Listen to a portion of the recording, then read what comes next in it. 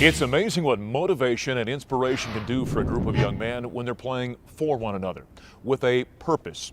Last week here in the program, we talked about the collapse at Kansas 2 weeks ago and the subsequent firing of Dan Hawkins as the head football coach here at the University of Colorado. That's quite an obstacle for a group of young men to overcome. But that's exactly what the Buffaloes did last Saturday, beating Iowa State 34-14 here at Folsom Field. First of all, you can't overstate the heaviness that surrounded the CU football team as the speculation over the head coach's future grew as the losses mounted during this season.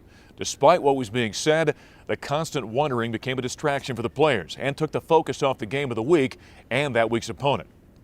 Secondly, you have to give credit to the interim head coach, Brian Cabral, and the entire coaching staff. There appeared to be a great sense of unity and togetherness, which had not been there for quite some time.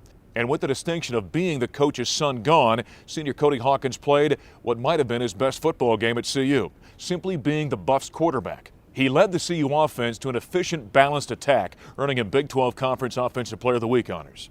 The Buffs still have plenty work ahead of them if they want this one-game resurrection to become a program-turning moment and win the final 2 games of the season to ultimately become bowl eligible. Now, whether that happens or not, let's not let the lessons learned this past week be lost. And finally, let this be a final call to all Buffs fans to be here on Saturday as Colorado hosts Kansas State in their final home game in Big 12 Conference play.